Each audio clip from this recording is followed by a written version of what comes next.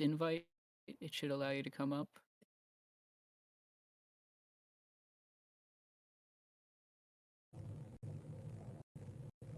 Okay, how's that? Perfect. Yep, you're coming through nice. How are you doing? Good. Yeah, I've never been on this platform before, so this is new to me. Yeah, no worries. Yeah, it's a little confusing. The user interface is kind of not that helpful, but but you got here and it was pretty quick and easy, so that works. Yep.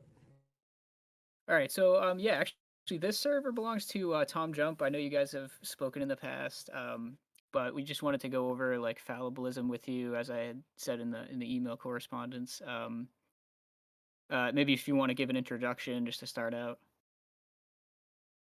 Yeah, sure. So my stipulation, as I said on email, is I'm not an expert this area in epistemology or really any area. I focused on some epistemology during my doctorate 15 years ago, 20 years ago, but haven't written or focused much on it in the last 10 years. So I'm not up on the current conversation. I would not call myself an expert in it. So that's my proviso at the beginning. In terms of what fallibilism is, um, so I guess to set it up, there's a pretty deep intuition that a lot of people have, which is that in order to have knowledge about something, you have to have certainty in it, such that you could not be wrong in it. And one way that you find that intuition throughout history is with the development of various forms of skepticism that aim to raise some kind of objection to the reliability of our cognitive faculties in some area, such as in sense perception or in rational intuition. And if they can show that in that area, the faculties can go wrong, that we can misperceive something, that we can be delusional, then that undermines knowledge. And so that has been often a skeptical approach. And so one response to that has been the approach of those have sought to defeat skepticism by reestablishing certainty and showing that, in fact, we can have certainty about particular areas of knowledge such that we could not be wrong. So one example of that that's quite famous is St. Augustine in about 400. He's writing against this group he called the academicians. They were like Pyrrhoian skeptics, like ancient Greek skeptics. And he sought to refute them by saying, well, if I can be wrong about something, then it follows that I exist. Si fallo sum, as he put it. And that is something he said I could be certain of. And so from there, he sought to rebuild certainty. And then Descartes, just over a millennium later, famously kind of ripped off Augustine and tweaked it a little bit, said, I think, therefore I am. That was his attempt to defeat skepticism. So you have this conversation going back and forth between skeptics who say you can't have knowledge unless you're certain, and then you have people trying to defeat skepticism by showing that we can have certainty. And that sets it up for the fallibilist now to enter the conversation. And the fallibilist is somebody who says, well, in fact, you don't need to have certainty of that kind. You don't need to have incorrigibility for you to have knowledge or rational belief or justified belief. You can have it even if you have fallible, imperfect cognitive faculties. And so that's the position that I take. Awesome. All right, I think that's a pretty good introduction. So yeah, I do have a few questions. I'm not sure exactly the right order to go through them in. I guess off the top, there's a way I've seen it expressed as more of like a thesis statement for fallibilism, that it has to do with justifications not guaranteeing the truth of a proposition. Um, Now I don't know if that's something that's really particular to a sort of like JTB approach to knowledge, or if that's something that's broader and applies outside of that framework, or if yeah, I guess I also wanted to ask if JTB is sort of like uh, under the umbrella of fallibilism, or if fallibilism extends to other uh, definitions of knowledge. I think those are two different topics. So JTB, of course, is this idea. And by the way, you probably, if you keep asking questions, you'll get pretty quickly to things I don't know. So again, just that proviso. But Sure. JTB is this shorthand for saying justified true belief, and that was accepted as the sort of standard definition of knowledge. So the way that that cashes out is that in order to have knowledge of something, you first of all have to have a belief. that belief has to be true, because you can't have knowledge of something if the thing you believe is false. It has to be true, but then something else has to obtain for that proposition to be knowledge, to make that status. And so justification is a way of labeling that. And the idea of justification is that you have some kind of good ground or warrant or reason for holding that belief. And so there's a famous critique of justified true belief um, by Edmund Gettier. He wrote a short paper in the early 1960s, 63, where he gives disconfirmations or defeaters to the argument that knowledge is exhausted in justified true belief, because he shows that you could have a true belief that is justified, and yet it does not meet the threshold of knowledge. And so I'll just give one quick example. In fact, I think this example was given by Bertrand Russell. And although when I think about it, I think about the 1985 movie Back to the Future. So in Back to the Future, there's a clock that was hit by lightning in the town square, and so it's frozen and it hasn't moved anymore because it was hit by lightning. Now, if you came in, let's say that the clock says 11:37 p.m., and if you walk through the square at 11:37 p.m. and you look up and you see the clock there and you form the belief that it's 11:37, it's a true belief, it turns out, because it is in fact 11:37, and you're justified in believing it because you have no reason to doubt the clock is working and so on. But in fact, the clock is not working, and it turns out that you stumbled upon the truth, as it were, by chance. And so that was like a defeater, this idea that, well, then justification is not sufficient for knowledge. And so you have this development of either trying to add something to justification, or taking what is called an externalist approach to knowledge. It says you don't even have to have access to justification in order to have knowledge or a rational belief. That conversation, I mean, again, I'm not an expert here, but to my mind, that conversation is a little different from the conversation of whether certainty is required, because you could conceivably be an externalist or JTB internalist about the nature of knowledge and still believe or not believe that certainty is required. So I think that they are distinct conversations, although they certainly may overlap in various contexts. Understandable, yeah. Yeah, because I think they do sort of like the Gettier problem seems to get into some of the Pyrrhonian skepticism that you were talking about before, that sort of like leads into fallibilism. And I've had people ask if the Gettier cases are related to fallibilism. Um, so yeah, I mean, I think you see that more as a problem with the definition of knowledge, as maybe there's more to it, or do you think it just falls into needing a different theory of justification at that point? I mean, the way I approach it is by distinction, and now I'm trying to get the gears going again. They're a little rusty.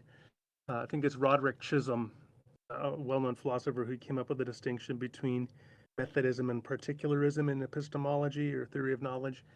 And so the Methodist is an approach that says you begin with a sort of a priori stance, where you have some intuitive sense of what knowledge must be and what rationality must be, and you sort of stipulate. Then you go out and say, okay, and anything for it to be knowledge or rationality is going to have to meet this standard. And so then this um, approach of certainty, it begins by saying certainty is required, and so we're going to run everything through certainty, and if it can't be certain about it, then you can't have knowledge of it. And that's this a priori Methodist approach. And then the particularist is a different approach. The particularist doesn't begin with the sort of theoretical stance of, I'm going to begin by saying what knowledge is constituted by. Rather, the particularist says, I'm going to begin by looking at how people who seem to be rational to me and to navigate the world well, I'm going to look at how they normally form beliefs about the world and adopt a stance of innocent until proven guilty for the ways that they're forming beliefs. And so you go out and kind of do an empirical study, and what you see is people typically form beliefs through sense perceptual experience or through rational intuition and moral intuition, and then discursive reasoning out from those intuitive starting points, and from proprioception, or the perception of the movement and extension of your body in space, and aesthetic perception, and all sorts of other things. And then they say, okay, that's how people usually form beliefs. So I'm going to assume that those all those ways of forming beliefs are innocent until proven guilty. And that's the way a particularist builds toward knowledge. And it seems to me then that then a movement toward fallibilism is just an extension of the logic of this approach, because you say, hey, you don't have to have certainty generally in life. Like, we just navigate the world all the time, knowing that, I drove to my office tonight to do this interview, knowing that my car could break down, that I could get hit by a truck, but I went ahead and did it anyway. It seems like a reasonable stance. And so it just sort of seems like fallibilism now just comes along as one of the other deliverances of this particularist bottom-up approach to knowledge. Interesting. Yeah, I've actually never heard of that before, but that's actually pretty. Do you think that that relates to like sort of coherentism and sort of like this like web of beliefs sort of approach in sort of like the foundations of epistemology at all, or Well, coherentism can mean different things. So you could have coherentist theories of truth, coherentist theories of justification or rationality. I don't think that coherentist theories of truth work. I I don't know what I am when it comes to truth, but I'm either a correspondence theory or maybe a deflationary theory of truth. I really don't know enough about it to say whether the deflationary theory is satisfactory. But it does seem to me that, again, this sort of natural way of this. Let me say one more thing about this particularist approach: is it's really Sure. rooted in Scottish common sense realism and that sort of approach to doing philosophy, which was like Thomas Reid and people like that in the 18th century. And one thing that I found attractive about it is when I started out doing philosophy 25 years ago, 30 years ago, there was always an attraction to the really bold, counterintuitive theses.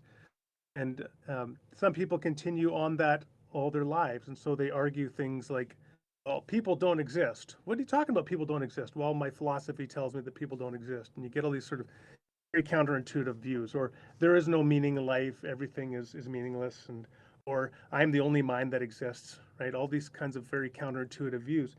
And what the common sense approach does is say, well, philosophy is maybe best served by beginning with and trying to vindicate our common sense.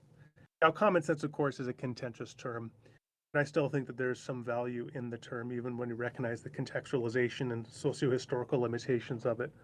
So that's, I'm kind of rambling at this point, but that's sort of my Oh no, starting that's point totally there. fine. Yeah, yeah, we like rambling, so because that was very interesting as well. And I guess so another question that I had that I guess is sort of related into what we've been talking about is like whether or not um we should just conceive of knowledge as being since fallibilism is sort of saying that it may be false, it may be true, and we don't really have sort of immediate access to that. And we may be calling claims knowledge when they aren't knowledge. That what we ought to focus on really is the reasoning behind the belief, or do you think that um, in the sense of like this common sense approach that like it's sort of just like seemings, like I've heard people talk about seemings, which doesn't seem to be like it doesn't seem to me that you're reasoning to something more so that it just appears to you that way. I mean, the one thing I would say is we have to be careful about talking in terms of obligations, of rational obligations. Like the person who says, well, you always have to follow out the track of your reasoning in order to be justified by anything, they quickly have taken on a very onerous task, because every moment we're forming an enormous number of beliefs. And if you are obligated to follow through and on the reasoning processes behind each one of those, then we're soon going to just collapse into skepticism, because we can't actually do that. In fact, so when you form a belief like it is sunny today, and you say, okay, I'm going to follow through. Why do I think it's sunny today? Well, you begin to look at the seemings, as you've called them. You're experiencing qualia or sense perceptual experiences, and so then you kind of reason, well, usually when I experience sense perceptual experiences, then I usually think I have been. So then I probably have here. But then you have to ask additional questions, which is like, well, actually, I'm relying on my memory now. How reliable is my memory about past experience? And how many potential defeaters would there have to be for me to undermine the justification in this current inference based upon past experience? And you just go on, and pretty soon you just have this overwhelming burden of beliefs you have to justify just to get back to, yeah, it's sunny, or I'm feeling the warmth of the sun. And yet there's 1,000 other beliefs you're forming every minute as well. So I think one thing is it's just recognizing the limitations of human beings, um, that we simply can't kind of adopt what philosophers have sometimes called the God's eye point of view and rationally inspect everything apart from our location and the way the world seems to us. So yeah, we just have to begin with an innocent until proven guilty, which I think is the great attraction of externalism, which says that you don't have to justify all of your reasoning processes and be able to articulate them and be self-aware of them in order to know and believe things. Mm. Yeah, I think I agree with that, largely speaking. So like I take it that what you're saying is sort of like this like the Pyrrhonian skeptics would have led back to like the Munchausen trilemma, when you're going through these sort of like regresses of justification. But it seems like what you're saying is, well, you really can't even get that far back. You have to go through so many steps of um, the processing of like your qualia, as you put it, which obviously is another contentious term that maybe like, I mean, I understand what you mean by it, so I think we can work with that. Um, Yeah, I so mean, I also you just said sense perceptual experience is a little more neutral, but yeah. So but you the know, idea being that like it was just kind of like for example, the person who says, "Well, I became an atheist, or I became a Christian, or whatever else," and you say, "Well, how did you do that?" "Well, I went out and I surveyed all the major worldviews and religions and philosophies of the world, and decided that whatever I've concluded is the correct one." And I'm like thinking each one of those is a lifetime to understand from the inside, as some of the best exponents of that view do.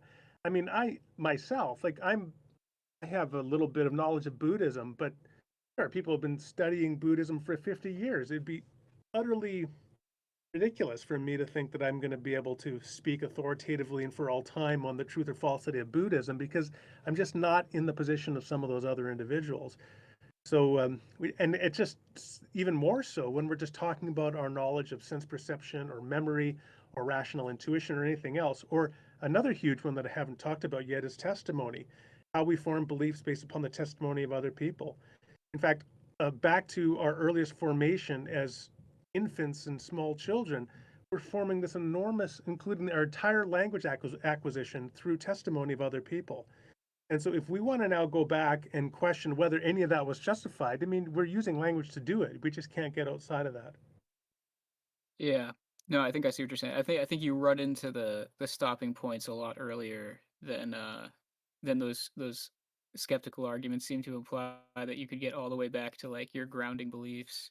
Because I've tried to think about like, okay, I've sort of played around with like foundationalism. I think that like makes sense to say that like, all right, there's certain beliefs that I can't justify, um, and I sort of like build the rest of my beliefs on top of those. But it seems like the way you're putting it, it's like it's fuzzy even in between those beliefs and like your higher level beliefs. Like trying to go from your higher level beliefs about like the way the sun comes up every day down to like fundamental axioms of like unjustified knowledge like doesn't you can never really connect those dots. Yeah, I think for the most part that's true. I mean, you may be able to do so in some very, very limited sense, but it's sort of like, again, studying philosophy or something else is like, if you want to opine on the history of Western philosophy authoritatively and want to claim that you really know everything that the pre-Socratics talked about and how they understood it and so on, straight up to contemporary philosophy, I mean, it's not going to happen. It's just impossible. The most that we could do is perhaps hope to master some small slice of Plato or Bertrand Russell or some other philosopher. And so it's the same thing again when it comes to just reasoning.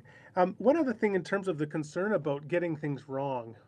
I coined this term a while ago, and I don't know, maybe other people have the term as well, but it's doxophobia, which is just the fear of getting things wrong, as I've put it. Because I think that sometimes some of these skepticisms, they're so concerned about getting some belief wrong that it seems to me really constitutes a sort of something like a recognizable phobia or an irrational fear. It's like, what is the big thing about having to withhold belief in everything like some skeptics do? or as the Cartesian says about having to establish certainty of it. It seems to me that both of those individuals have an irrational or could have an irrational fear of getting things wrong, when for the most part, I think we should just embrace the fact that we are fallible beings, not lose sleep over it. Yeah, and I think that it actually, um, outside of a lot of like philosophical conversation, like that actually helps people if they were to accept something like that. That can actually help you have a lot less like anxiety and stress in your life. Um, what was it? I think this is a quote from Van Wilder with Ryan Reynolds. He says, "Don't take life too seriously. You'll never get out alive." So, so I Yeah. guess in certain contexts, like it does make sense. It's not always important that you're right. I mean, I think we do take it seriously just because when two people start to push their ideas into each other, you almost want to mount like as strong a defense as you can, just to see if you are right or not. But yeah, I think there is a tension with some people where like if they get pushed too far into seeing that they might be wrong, that they do like stiffen up and start to become like more irrational. But yeah, so let's see if I can bring it back to some of the other questions that we had. Um, yeah, I guess like the most common objection that I hear from people who aren't taking the idea too seriously is they'll say like, "Well, are you sure that you aren't sure?" Um, yeah. Um, well, the one thing that we have to distinguish here is the distinction between psychological certitude and epistemological certainty. So, uh, do I have any doubt about something, like any existential doubt? Well, I may or I may not, but that's a psychological question. And that's just a different question from whether I could be wrong or not about something, the question of epistemic certainty or incorrigibility or indefeasibility. I mean, I think that that kind of comment is just trading on the ambiguity between those two different states. I'm happy to say that there are things about which I don't have any serious doubt. So even right now, as we talk, I don't have any serious doubt that I'm awake. But anyway, and so in that case, I would just say, like, psychologically, I'd be okay to say I'm certain. I'm not too rigorous about the use of that term. I'm certain that I'm awake. But do I have epistemic certainty of that? I wouldn't say so. For example, I mean, we have all these, many of us, right? We've had dreams where we thought we were awake. And I'll give you one example. About a year ago, I had a dream where I was looking at one of my motorcycle, and I was focusing on it, and then I became um, aware that the color on the gas tank is different than I remembered it being. So I said, I must be dreaming. So then I said, okay, to make sure I'm dreaming, I'm going to study the gas tank really closely, look at the paint very closely, and listen to and take in the environment around me, because dreams, in my experience, tend to have a instability to them, right? That they're very erratic, and you move on to the next thing before you know it, and that. So I paused and I looked very closely at the gas tank, and even though it was painted differently, it looked very clear, nothing was changing. And then I suddenly heard music, like lightly playing in the background, like you might hear in a department store. And I could feel the warmth of the room and that, and I became certain that I was in fact awake. And then I woke up. So, and I thought that I was awake, and in fact I was asleep. And those are the kinds of things that you could say would constitute defeaters for having epistemic certainty. And I'm okay saying that. But I can also say that I have psychological certitude that I'm awake. I can walk and chew gum at the same time. Yeah. No, I think that makes a lot of sense. Yeah, it is a little bit of like an equivocation or like a difference in like sense of the word like sure, certain. Um yeah. So we touched on theories of truth. So I have like a few more things that I kind of wanted to go through, and then maybe we can open it up to some other people's questions if you don't mind, depending Sure. on how much time you have. Yep. Okay. All right. So on theories of truth, I wanted to ask you if you think that theories of truth are like outside of epistemology, because they sort of seem to be one of the components of knowledge. So like to say that like what what the theory of truth is, or what the correct theory of truth is, or the true theory of truth, right? do you think that that sort of lies outside of like inference, like in general, or like should we are we supposed to reason about what truth is, or is that like prior to reasoning? I mean, I tend to think of truth as a metaphysical question rather than an epistemic question. But but I'm also happy to say that it's really social convention that sort of draws somewhat of arbitrary lines between fields in philosophy, so that you have all these fields that border one another. I mean, if you want to talk about epistemology, you're also talking about philosophy of language, and yeah, you're also talking about truth from metaphysics, etc. So I think that these areas, they all overlap and abut one another, but I do tend to think of the definition of truth as a metaphysical question rather than an epistemic one. Okay. Let me see. Yeah, I actually had a few questions that were related to the things that you brought up already. Yeah, do you think when people talk about justification that and different theories of justification that there's sort of like a common denominator between them, or are people really like talking past each other, um, and talking about different things when they think of justification and disagree about it? In some ways, I don't feel equipped to address the question because I've been out of the literature for quite a while. I do think that when it comes either to justification or rationality, you certainly get among lay people. Um, Often, what you get is a use of the terms that pretty much maps onto their own intuitive sense of the nature of reality. So if they say something is irrational, what they're really saying is they're telling you something about their own plausibility structure or the way things seem to them, which doesn't tell you objectively about what justification or rationality is. In terms of academic philosophy, well, I do think that you do have this significant distinction between um, internalists and externalists with regard to those kinds of questions. And um, I mean, I was influenced by Alvin Plantinga back in the day, and so I tended to think of justification in terms of an epistemic obligation, or like a deontology, an obligation for an individual, as something not that you normatively shoulder with respect to just your general holding of a belief, but rather when there's a defeater or an objection presented to it, that's when you have to now have an obligation to respond to the defeater. And so I think that is an example where some of those internalist categories of justification are speaking into the externalist world in terms of obligation and that, but in a qualified sense. But I suppose in other cases people are talking past one another, and I'm again just not familiar enough with the conversation to say more about that. Yeah, I totally understand that.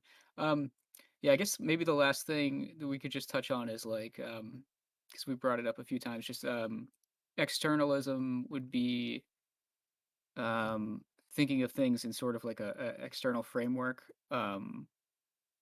apart from you, or how do you when you use the term externalism, um, what are you referring to exactly?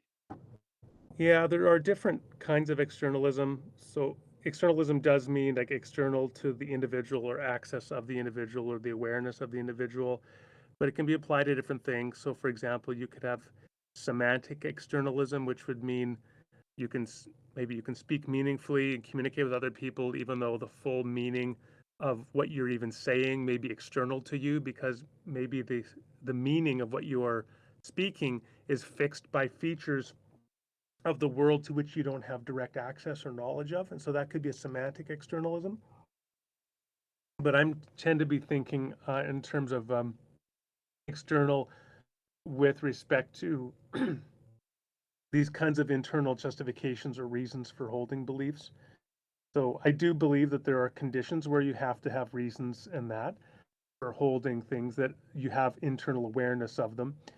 But just as a general stipulation, I don't think you need that. Like, for example, how do I know my sense perceptual faculties are reliable? I don't think that I need to be able to show that they're reliable again to be able to see and feel the warmth of the sun. That how my vision itself even works is external to me. And there's just give a little example here about how limited our knowledge is in so many things. There's this Calvin and Hobbes cartoon where Calvin's dad is trying to teach him, and so Calvin points at a TV antenna and says, "What is that?" And his dad says, "Well, that's a TV antenna." And he says, "Well, what's a TV?" Or no, I'm sorry. Calvin says, "Look at that silver stick." And then his dad says, "Oh, that's not a silver stick. That's a TV antenna." And then Calvin says, "Well, how does it work?" And his dad has no answer to that. He doesn't actually understand how TV antennas work. And so then he ends up saying, "Well, yeah, it's basically a silver stick." Because you take advantage of a TV antenna every day, back when we had TV antennas everywhere, and yet you had no clue as to really how they work and how they transfer data from out in the world onto your television set. And that's similar to our cognitive faculties. So and then that's where you can be justified and reasonably accept the deliverances of these things, while the details of how they function remains external to you. Okay. Yeah, that makes a lot of sense. Yeah, that went through most of the list of questions I had here. I don't know if you wanted to say like anything else, and then we can. I know that there was a few people in the audience who wanted to ask a couple of questions, and I will police and mod that, so that will not go anywhere other than questions. So, Um, but yeah, I would just say that when it comes to discourse on, for example, social media channels, to come back to something I said earlier, we should all be more careful about declaring other people irrational and making those kind of sweeping stipulative statements about other people and their epistemic positions and convictions, um, until we know a little bit more about them, and try to be charitable, because it doesn't further the conversation when we kind of just drop the irrationality bomb or something, rather than try to understand what it is they actually believe and why they believe it. yeah, I definitely agree. All right, I know Good Faith was asking to ask questions, so I'll see if he. Oh, there we go. Hello, Dr. Hello. Rauser. Thank you for taking some questions. Sure, my pleasure. I have a couple here, but I wanted to start with, have you gone through the results of the Phil paper survey? No. Well, in the survey, there's kind of a lot of interesting results, I thought, but something I want to ask in relation to that is if philosophers can't agree on which logic is uniquely correct, or which truth theory is uniquely correct, or which epistemic justification is uniquely correct, do you think it does matter what they can agree on? The question's a little ambiguous. So, I mean, I'm just going to spitball a little bit, and then you can come back and reform the question for me, because I'm a little slow perhaps. But I think obviously, insofar as we can achieve agreement on something, then that's an important thing, and we should strive for it. But I also think the very nature of philosophy itself is such that there are perennial disagreements, back to like Plato and Aristotle, right, in 2,400 years ago. And those are just, I think that it's part of the human condition that we can continue to expect to see those disagreements. So the hope that we would ever converge upon, in the way that natural science does, on some sort of unified theory of X, whether it be truth or the nature of knowledge or the nature of language or something else, I think it's just not going to happen. So that we need to instead appreciate the intrinsic value of philosophy on its own terms, which does tend to allow for these kinds of perennial disagreements. Would you agree that understanding what truth is a necessary precondition to making any other statements? No, no, because people who are coherentists or pragmatists or deflationists or correspondence theorists about truth are all debating the nature of truth, even as they disagree as to what truth is. So that's a case where you say actuality entails possibility. So if it actually is happening that they're having a reasoned discussion about the nature of truth and attempting to persuade one another with reasons as to what they think truth is, then it would seem that agreement as to the nature of truth is not required in order to have that conversation. Do you think incorrigibility implies truth? Yeah, I mean, if I can't be wrong about something, then it would seem that it would entail that it is true. But of course, I think most of the things that we could confidently say are incorrigible for us are pretty trivial, such as I seem to be talking to you right now, right? In terms of certainty or incorrigibility, I could say that, but I could be dreaming, so I probably can't say more than that with epistemic certainty. So I think that incorrigibility does bring truth in its train, but you typically don't get much from incorrigibility. And do you think consensus implies truth? It depends on consensus of who. It doesn't entail it, but consensus certainly points to it. More so if you have consensus of relevant experts. So, if you have a consensus on human-induced climate change, then I think that we can have a high degree of confidence in human-induced climate change insofar as we have reason to trust and defer to the expertise of the consensus. Now, the fact that, let's say, a majority of a lay population doesn't accept human-induced climate change is of less interest to me. That if that's a consensus, it may be an uninformed one, and that's not of much value. Do you take any stock in the pessimistic meta-induction about consensus over time? I'm not familiar with that. At least it doesn't ring a bell at the moment. Just So the idea that if you look at the consensus throughout history, it's just forever wrong and forever changing, presumably towards some truer end. But if you wanted to be pessimistic about it, you could kind of say, well, at time t, you know, it's a coin toss whether the experts or consensus of experts are right. yeah, I mean, I would be okay. What I think the thing that we have to kind of ask is, in the time and place that I'm now at, what is the best epistemic position for me to take? Obviously, if like you talk about climate change, I mean, climate skeptics love to go back to the mid 1970s, where some people were worrying about a mini ice age was soon to be upon us. Yeah. And so you kind of realize, yeah, you know what, we could be wrong now. There's no shortage of evidence that we've been wrong in the past, but I think we're still justified, and it's still the best position to go with the consensus unless we have good reason not to. And I think one of the concerns is that if we don't do that, we can kind of end up with QAnon conspiracies popping up everywhere. And which fourth condition do you take for JTB? Well, so the question is whether you take a fourth condition or whether you just kind of reject the ontological internalist framework of, like, in terms of whether justification itself is even an adequate criterion. So I would say I'm an externalist about knowledge, um, and like I was referring to earlier with Alvin Plantinga, I'm largely sympathetic with his proper function account of externalism. So this idea that we are cognitive faculties with we are rational agents with cognitive faculties designed to achieve true beliefs when those cognitive faculties are functioning properly within appropriate maximal and mini epistemic environments. And so whether it's sense perception or rational intuition or anything else, I would think that's the starting point of discourse. And when it comes to the external or the internal rational obligations, for the most part, the things that we talk about with justification, those kick in when it comes to defeaters or objections raised to our beliefs. So you don't think a fourth condition is required on your view? No, I mean, I think of it in terms of, like, I don't require justification to begin with, right, as a normative. So I'm sort of saying it has value, but not as a general stipulation of the definition of knowledge itself. Knowledge is not defined, in my view, in terms of justification. So, Um, and then if someone holds to some incorrigibility, some infallibilist kind of conception of truth on one topic, let's say the cogito, right?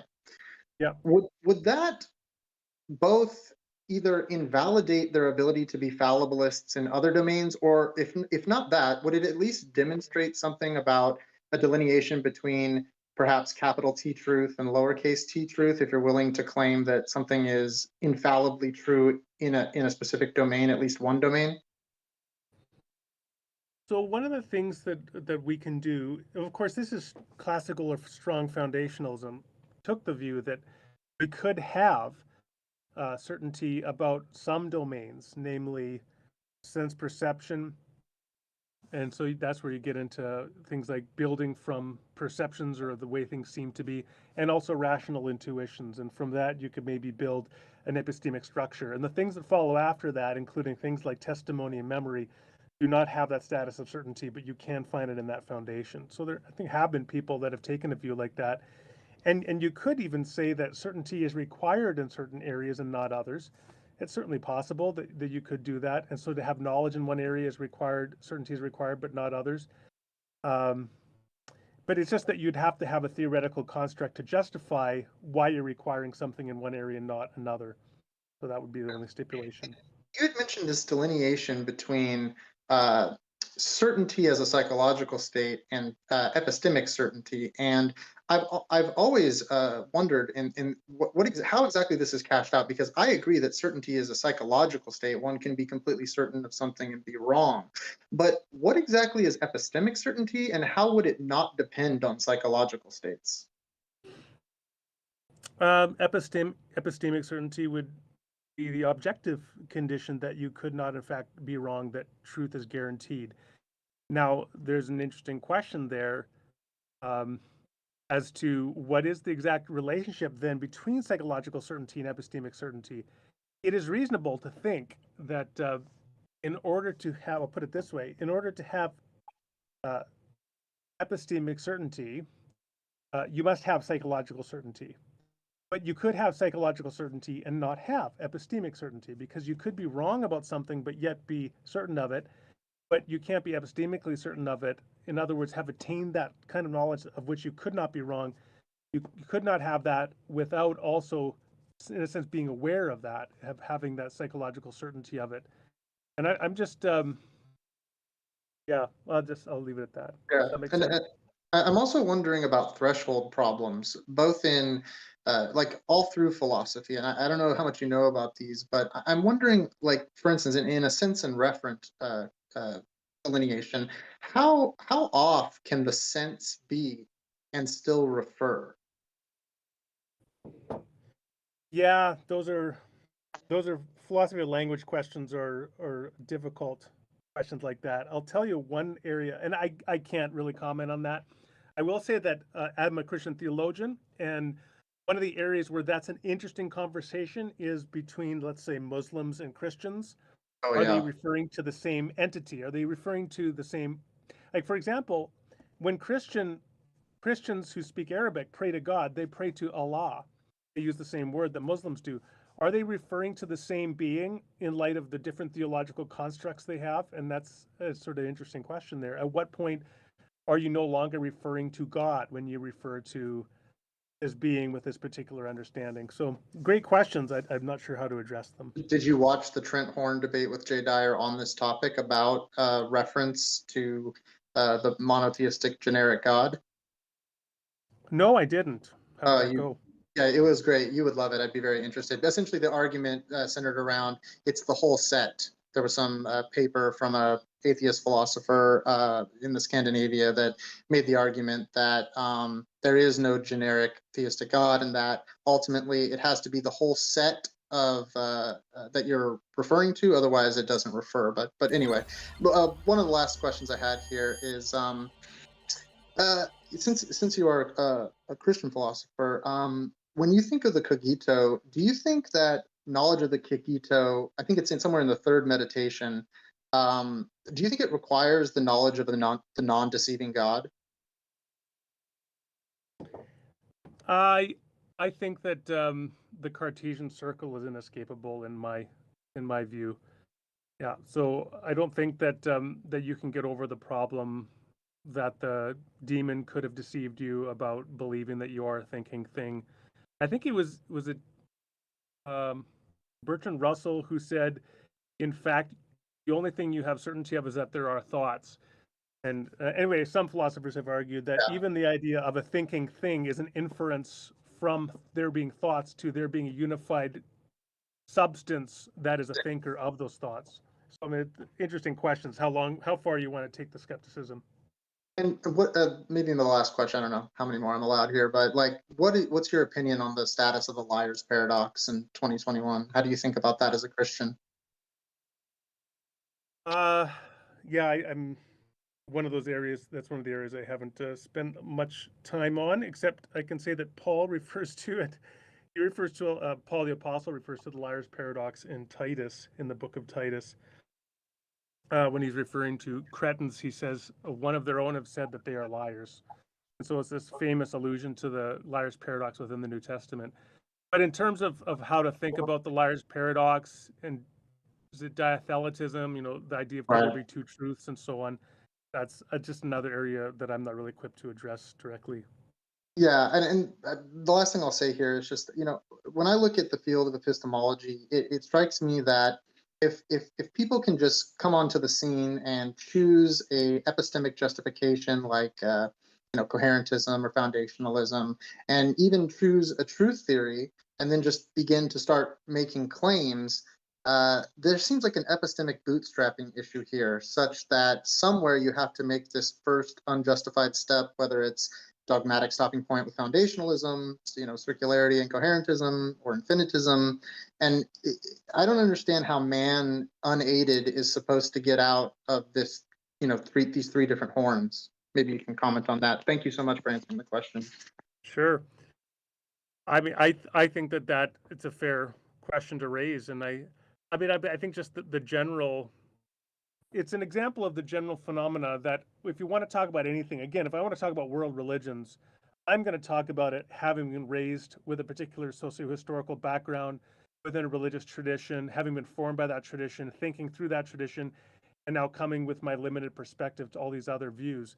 And I think that when it comes to academic philosophy, that is just a further example of the intrinsic human limitations that we have, that we can never aspire to that God's eye point of view, the sort of omniscience that can really figure out how everything is and how it works. And so that what we simply do is, to use a coherentist metaphor, our epistemic systems are in a sense like that raft that is out at sea. Neurath's raft, was it? And then he's like constantly trying to fix the raft and expand it and mend it as it's getting holes so that it keeps afloat. But yeah, you just begin with the raft at sea, and then you've got to continue to build it and defend it. There's never a point where you're on land, on terra firma, on the Cartesian certainty in a sense, and the God's eye perspective, and you can kind of survey all the positions and then justify the one that you're going to begin with.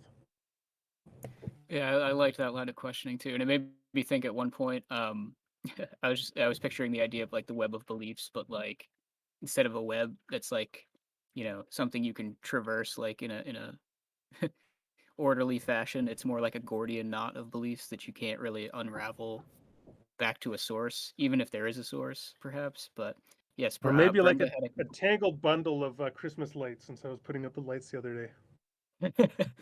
and if one goes out, they all go out. But yeah, Yeah, so Brenda had a couple questions too, if you still got time.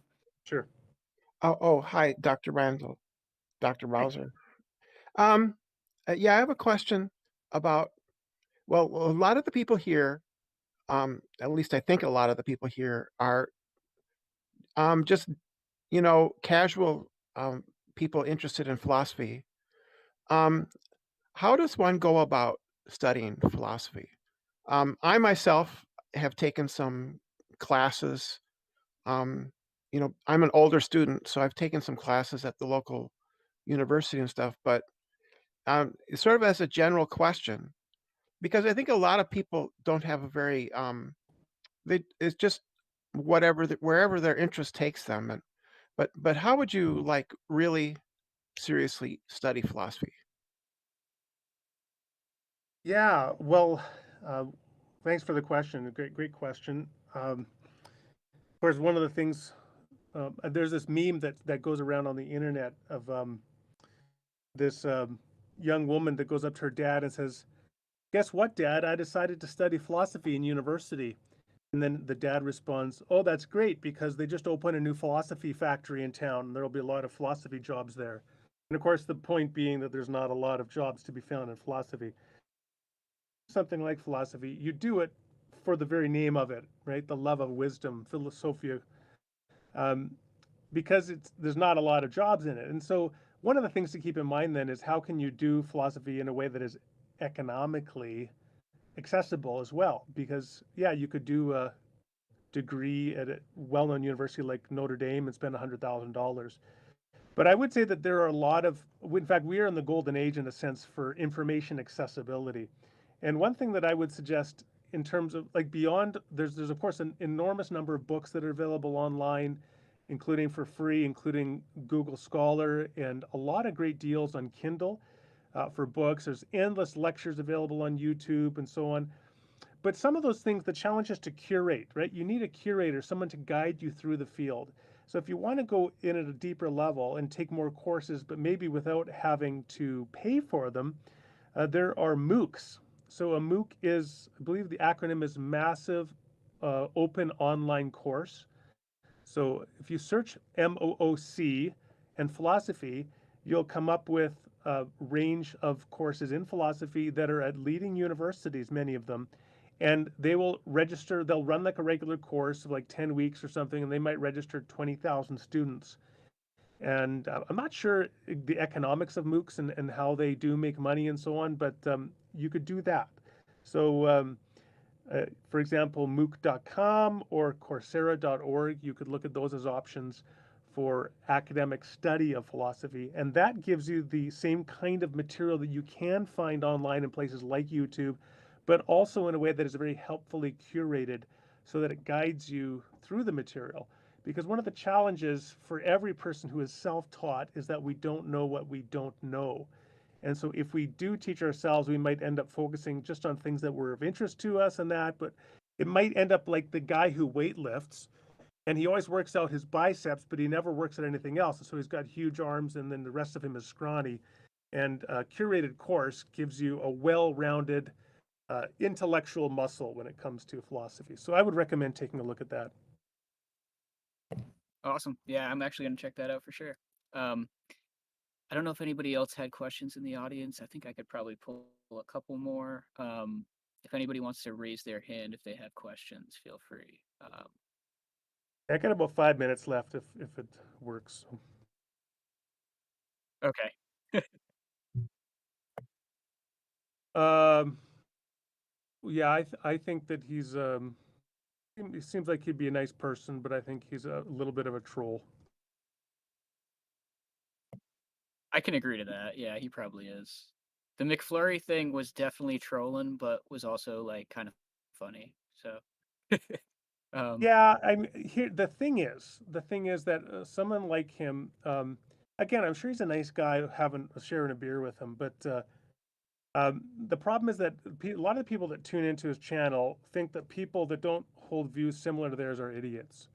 And so when you do the kinds of things that tend to be like trolling, what you do is really reinforce their self-satisfaction that other people are idiots. And I don't think that that furthers discourse. And again, I think in our highly oppositional social media context today, we need to try to build bridges with people of differing views as much as possible and to get over this person's really irrational and they're suppressing something and they're stupid and kind of get to more charitable and rigorous discourse. So that would be my view.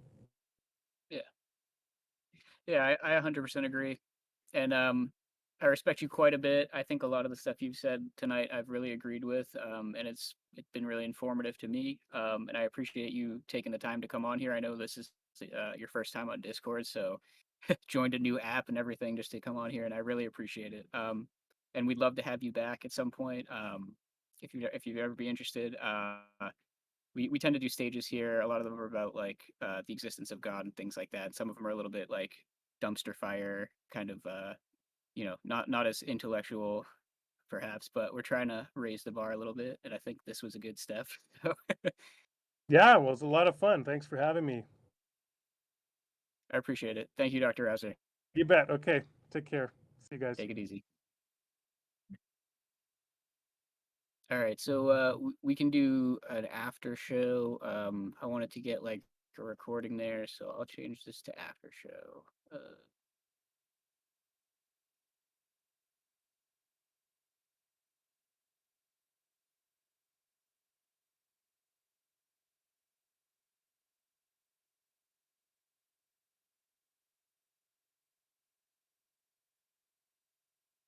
Okay, let's see.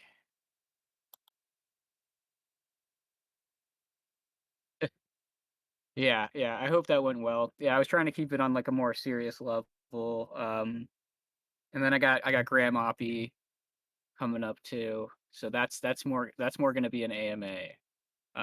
This one was going to be more of like a discussion on a topic. Um, but let's see. Let's scroll up to this events list. Discord is not working. It's like December. There we go. December 6th, Monday. So it's a couple weeks from now, 2 weeks from today. 7 p.m. EST. So it's like 6 Central or something like that. So that'll be cool. Yeah, Graham Oppie is another like really interesting person. And that one could center more on like atheism, theism. Like I kind of wanted Rauser to talk less about that and more about like the other stuff, which we did. So that was good. Um, I hope you guys liked it. I mean, the audience seemed pretty stable. So does anybody want to come up and tell me I did a bad job? Come up and tell me. Get up here. You did a Yeah. great job, Quantum. Sorry to burst your bubble. That was a good job. I'm wondering if you or TJump, if you guys followed his line when he was talking about a difference between psychological certainty and epistemic certainty. My question there was, how would knowledge of the epistemic certainty not somehow reduce to psychological states? And I didn't really follow his answer. Maybe you guys did.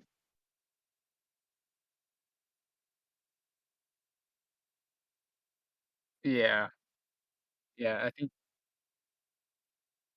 he's thinking of it more like having a feeling of certainty. Um, would be like the idea I would think. Like it's Well, not even like however you cash out psychological certainty, I'm just asking how you would explicate the difference between psychological certainty and epistemic certainty, and how it wouldn't somehow depend on a psychological state or well, it's psychological like certainty. you can feel.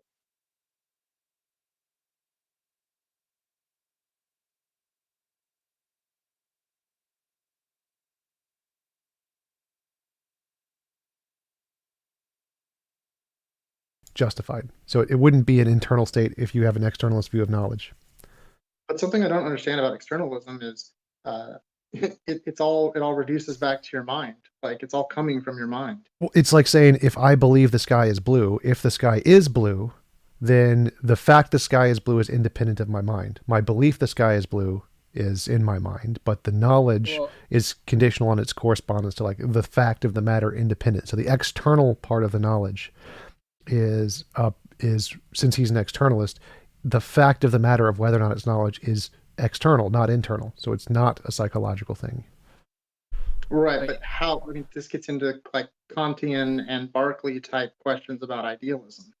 what he's saying is like you can feel completely certain and you can think you're certain, right, about something, but he's saying like it is the case that you still could be wrong. Like so that's where he's coming from when he says it's external to you. He's I saying mean, like I completely agree with that, and that's why I'm trying to figure out how the heck epistemic certainty could somehow be divorced from that. he's saying like epistemic certainty is it being the case that you could not be wrong. Like, And we would know that not through our minds. well, that's a different question, right?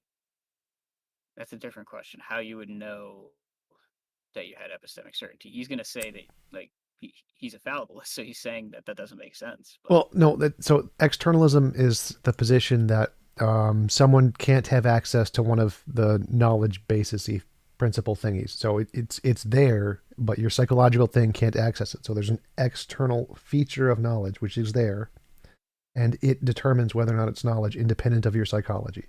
So your psychological beliefs are there, and if they also meet this external criterion, which you don't have access to, you have knowledge regardless of your psychological state. Your psychological state doesn't matter at this point, just whether or well, not let's it take matches this that. right.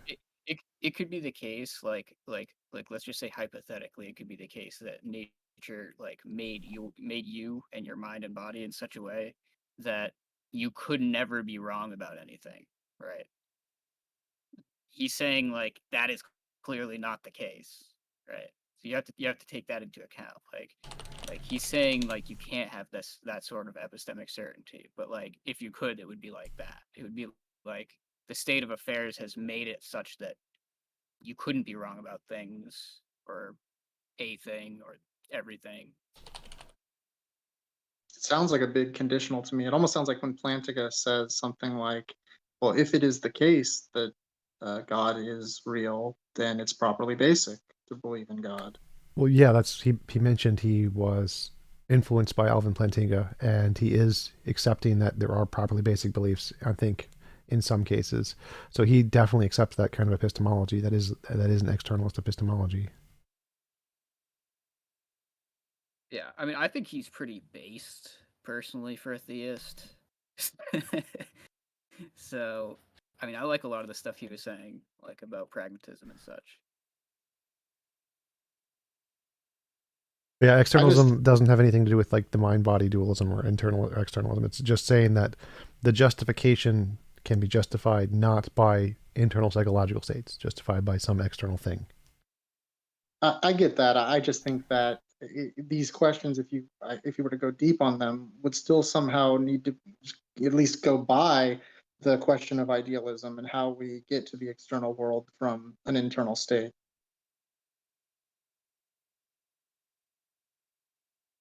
You mean um, solipsism? Like that's not idealism.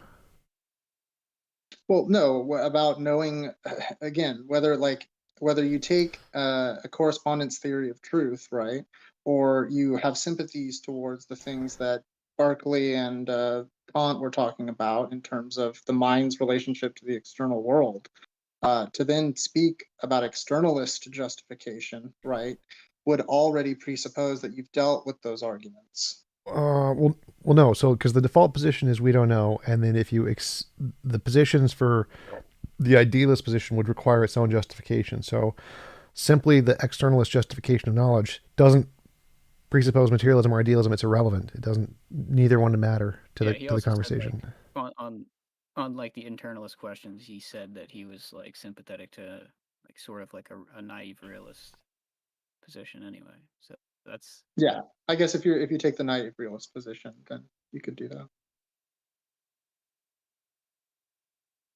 But like especially couching it in the idea that like you could be wrong because you know, typically like that's going to be the problem with like naive realism is you're going to say things like, well, it looks like there's an oasis, but it's really a mirage, right?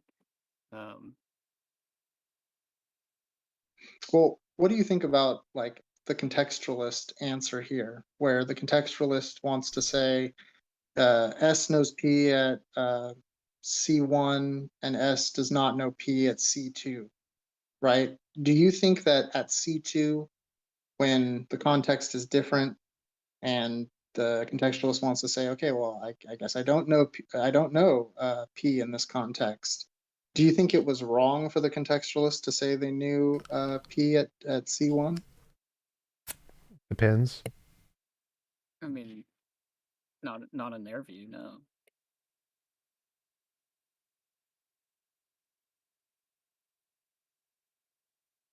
Like you can think you know something and then be wrong about it and then say, oh, I didn't know it, but I thought I knew it. But you would say that you can't be wrong about the cogito, right, Tom? Yep. Yeah, like someone can't say, "Oh, I was wrong about knowing I was existing at time." They that would be like a silly statement to say. So that one they wouldn't be wrong about that one. There's no point when they'd be like, "Oh, I was wrong at that time that I thought I existed." So you think your truth about the cogito is not a fallibilist conception of truth? No, it's infallibilist. That's the whole point. It's one of the things that is infallible. So And fallibilism applies to more like external world stuff, the probabilistic stuff. Well, I guess I would pose the question to you that I posed to him, which is, do you think that because you're a fallibilist about most things, but not about the cogito, right? Yeah. Yep.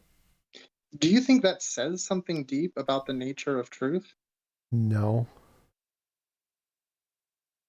Do you think it at least admits of two different categories, like a capital T truth and a lowercase t truth? No, it says something about knowledge, not truth. Truth is the same in all of them. It's the justification part that it says something about.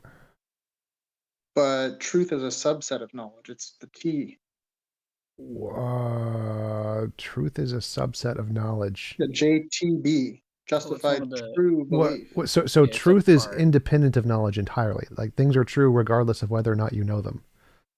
So the part about if the fact that I can be infallibly know something like I exist, but not infallibly know something like the world is round or something, doesn't say anything about the truth. The truth is the same in both of those statements. The difference is the justification. The justification is different, which is what makes it fallibilist versus infallibilist. The truth is the same. There's no difference in truth there. But there's all these competing theories of truth. So So to say that, because to some people, truth, is like some people are nihilists about truth, right? So I'm just trying to understand. Well, I'm trying to understand how exactly you say it's just the same in all senses. Like, do you just mean it's the same in a particular sense? in reference to reality, they both exist in the same way. Whatever way that is.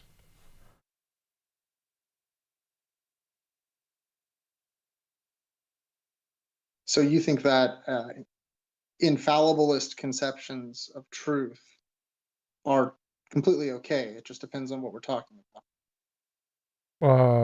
Sure, yeah, you can definitely say some things are infallibly known. Yes. And it's possible that we can get some possible way to know things infallibly about the external world also. And so that would definitely be a possibility for the future.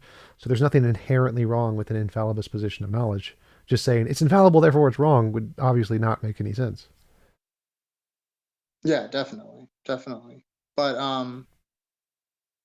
so are you? Do you consider yourself a foundationalist? Depends on what you mean. Like epistemic, sure. Like from the cogito, Yeah, epistemic. sure. From the cogito. Well, Okay. is that? Oh, wait a minute. Would that be foundationalism, or it seems like you'd be taking the circularity horn? No. Well, because you either have to say it's like if it's unjustified, then it's foundationalist.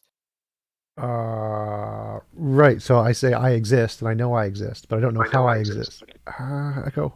So like when I'm the whole point of the whole Darth Dawkins. Well, what is your existence? Isn't one of the foundational necessary things. I'm like, you're right. It's not. I don't go back to that. I just say I know I exist, and I don't know anything prior to that. So it's not known to me epistemically how I came to exist or what my consciousness is, but I can still use that as an epistemic foundational basis to build the other knowledge claims I have. Right.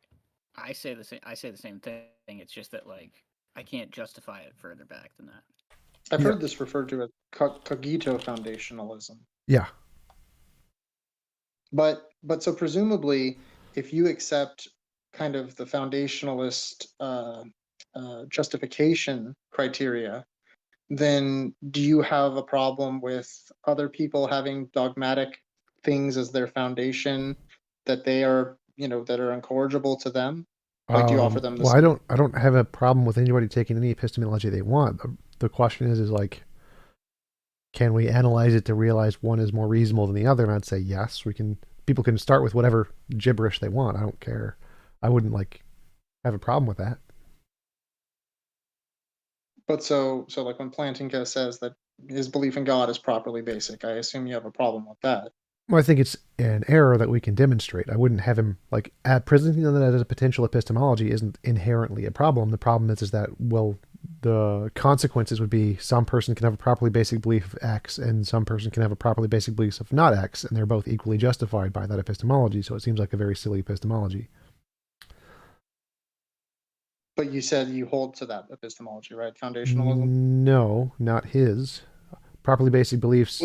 I don't have any properly basic beliefs. So just saying it's a false equivalence to say, oh, he's using foundationalism. Oh, and you are too, therefore the same. Like, no, that's not the problem here. The problem here is the reason he claims that a God is his foundational thingy.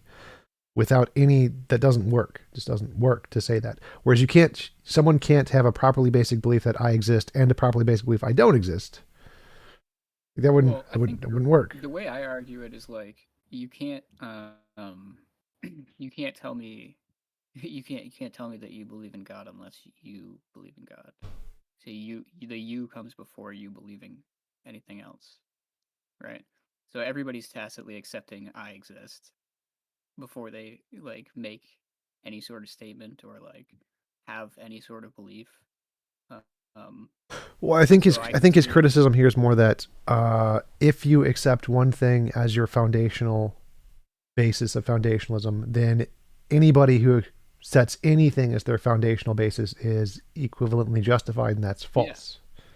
No, I agree. But the reason that it's false is because there's actually only one set of these sort of unjustified like beliefs that everybody's holding to.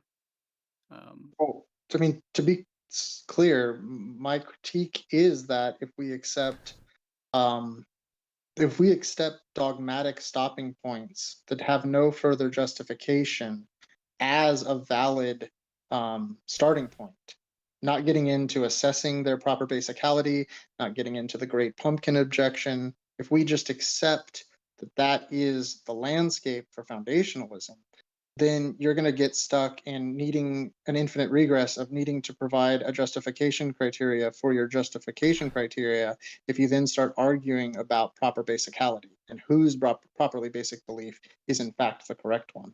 No, that's just false. Like, that's just a false equivalence of saying, well, if you accept one foundation, then all foundations are equal. Like, no. Like, But that's the nature of a dogmatic stopping point. no. Like, again, saying one dogmatic stopping point is not equivalent to all other dogmatic stopping points. And mine is, the fact that I have experience isn't justified. But I don't need to justify it. Like, that's not, I literally just am having the experience, or that itself is the justification. That's perfectly fine. That's not completely different from saying there is a magical square, circle, unicorn, pixie thingy, and that's my new foundational belief. Like, there's lots of different factors you can use to evaluate that, and it's clearly dumb to say something that is baseless and just call that your foundation, which is arbitrary, versus something which is not baseless. Like, okay, well, so then incorrigibility isn't the metric for proper basicality. It sounds like you would reduce it maybe to something like reason and logic. what? Well, incorrigibility just means you can't be wrong. That's what the word means. I don't know what you're even saying there. When you can't be convinced that you're not having the experience of existing, right? Well, convincing And you're doesn't make a saying that- difference here. Convincing is irrelevant. You can be convinced that you don't exist. That's a possibility. Okay, sorry. Let me say that the experience that you're having, such that you feel that you can't be wrong, that you exist, right? You're saying that that is of a different order than perhaps someone else's properly basic belief, right? Right. It's somehow more justified. Yes, because mine can't be And you would wrong say and that- theirs can be wrong. Right. And you would say that really it's about rationally assessing via logic what would be the best candidate for a properly basic belief. No, I'd say it's a description of something that you are literally doing right now. So, like, my experience, it's not, the rationality part is irrelevant. It's like, I am simply describing a thing I am literally doing right now. But you talked about being demonstrable, right? Demonstrable? About No, I didn't. like you said that the experience you're having, like it's demonstrable that you're having this experience. I don't know what that means. Like, I'm having it, and that demonstrates it. But for instance, you couldn't demonstrate to me that you're not a pea zombie, right? Sure, but what does that have to do with the conversation? Like, I only need to do it to myself. Like, if I have an experience, that's sufficient. What you know doesn't matter. So the criteria for proper basicality is one. Well, no, there's no proper basicality. There's no properly basic beliefs in my system at all. So then you're not a foundationalist. I'm sorry. I thought you. No, thought you were can be a foundationalist without properly basic beliefs. Like, that doesn't follow. You don't need proper basicality. There's lots of foundationalists that don't have proper basicality at all. Basic beliefs are something that like Plantinga came up with, not foundationalists. Foundationalism existed way before Plantinga did. Well, I get that he is just a modern foundationalist, but he created it's my properly. He understanding. created the concept of properly basic is something he made up. You do not need that in foundationalism. It is not a subset of foundationalism, or it's not foundationalism is not a subset of properly basic. Properly basic is a subset of foundationalism.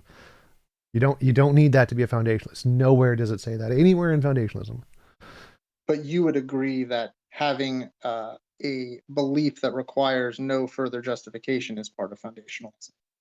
Sure, in that sense, which is just And how do we differentiate between competing ideas for what qualifies for that? direct experience. Like I'm directly experiencing it. I'm just describing the thing I'm directly experiencing. So I And if can't be someone has wrong. You can be wrong. That's a good way to describe that. This is not hard. Like this is just a way pointless semantic debate here. It's an obvious difference here between Invisible Sky Daddy and I exist. Like trying to actually Well, articulate a formal description between the two is just kind of a waste of time. Like I don't need to. It's obvious. Like if you can't Well, see it, it's just I know you're very convinced of your position, but I well. think So that anyone I'm who's trying not to. convinced is a dumbass. That would be the position. So I don't need to explain it in any formal detail. If you need that, you're just stupid. So any rational mind can understand the difference between I exist and Invisible Sky Daddy exists. But that's not what I mean, I would agree with that. What I'm trying to ask here is what the criteria is that we use to differentiate between two competing senses of what qualifies as not needing further justification. And you're saying direct experience. Yes, directly experiencing And, my existence. and if someone has a direct experience of God, you have a problem with that. Yes, because their direct experience could be wrong. Can you have the experience of God and it be false? Yes. Can you have the experience of yourself and it be false? No. Wait, here's a Well, better question. Can you have the experience of God, but like you don't exist? Better question. Same question, just different yeah, word. It's a good one. yeah, I like it. No. it is. I'm showing him that you're this one axiom is like logically prior to the other. Like you Well, have to exist that's before you can do any of this other stuff at all. So well, that's why I like brought that's up the actual problem. Descartes' third meditation. There's some discussion about knowing the non-deceiving God, right? Like once you know you exist, then there's discussion about kind of the evil God question. Like, could you be being deceived about um, the nature of your existence, or what But exactly that's not follows? that isn't the point. Like the point is that if you're talking about like what makes one foundational belief better than another is that like there's a certain set of them that are actually like epistemically necessary that So can't be avoided. yeah. So my foundationalist entailment is a part of all other foundational entailment. So if you believe God exists as your foundation, you also necessarily believe you exist to have the experience that God exists, whereas mine doesn't. So mine would be simpler in that case. There's less parts to it.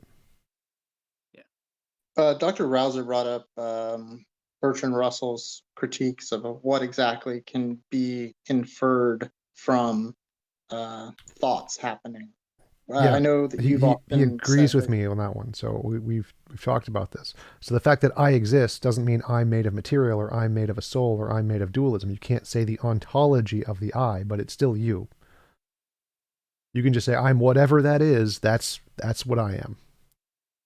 And you could just be thoughts in some metaphysical way that you don't understand. Yeah. Yeah, why not?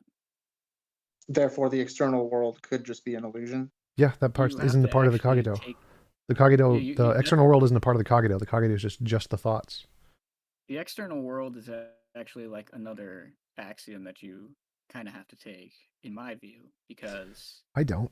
it's another thing that's epistemically necessary in the sense that like you're not actually learning about anything if everything is just your own mind. And I don't think that's true. Like you can still have a mind and have a subset of your mind which is built around yeah, but an then illusory world. You'd still be learning about the yeah, subset of your mind. it would just be like a little part. It would just be like a little set, like a partition in your mind that's like expanding around. Like it's like, you know what I mean? Like it would just be like Yeah, but there's what this would be the big problem mind. with that? I mean, it's not that it's a problem in that it's like impossible ontologically. It's just that it's there wouldn't actually be knowledge there. So Why not? it's the same reason why like um there's no like inferences like it's the same reason why there's like problems for like an omniscient like mind basically, or like a mind that knows all the things that there are like issues with that. Well, the omniscient mind paradox, Wittgenstein's paradox of omniscience, says there's no way for a mind to know all facts and to know it knows all facts, because it leads to like the Russell's paradox, kind of a set theory paradoxes. But that wouldn't be a problem for this example, because this example is saying, I know that that part of my brain is operating in this way. There wouldn't be a contradiction there. That could still be knowledge. Well, the idea is that like so it's if you have an epistemology or not, right? So it's like does an omniscient being have epistemology? Because it doesn't acquire knowledge, right? It doesn't come to knowledge. Sure, you could just say it has all knowledge and it just starts Right. with it or something. And so, but it wouldn't need an epistemology at that point. That would be fine. Like you can just say it would be a new class of knowledge that we just haven't defined yet. That's like ontological knowledge or something. So it wouldn't need an epistemology. It wouldn't need a way to learn about knowledge, but that wouldn't necessarily mean it doesn't have any. And you disagree with quantum that if your first foundational belief is the cogito, that you would need to have then yet another foundational belief about the external world? Yeah, I come to the external world purely inductively. So it's just my brain can't predict the future. These hypothetical models that entail the external world can predict the future. Therefore, it's reasonable to believe the models correspond to reality and not my mind. So I use a non-foundationalist justification for that. That's all based on the cogito. So there's not a foundationalist position. I mean, But I don't see how you get to the external world from like any sort of like empirical or like inductive inference. Like, Well, I mean, I literally just said it. So my mind can't predict the future. But this model that says there's an external world can predict the future. Therefore, it's reasonable to believe that model is right. but like that's all still consistent with it. Doesn't not matter. Being Doesn't matter if it's consistent. I Okay. don't know why people keep saying that. It's irrelevant if it's consistent with other hypotheses. If that model makes predictions about the future and my mind can't, it's better. It's reasonable to believe that hypothesis is true. It doesn't matter. All of this is still in my mind. It doesn't make a difference. It doesn't prove it's external, but it gives me a good inductive reason to conclude Why it. is it reasonable if it's still consistent with both? Again, consistency doesn't matter here. It's irrelevant. The fact is, it can predict the future. I can't. So I can like use my brain to try and predict the future. It doesn't work very well. This model, which entails that there is an external world, can predict the future. Therefore, it's reasonable for me to grant whatever that model says. Everything that model says, I can just say that's like, likely to be true because it can predict the future.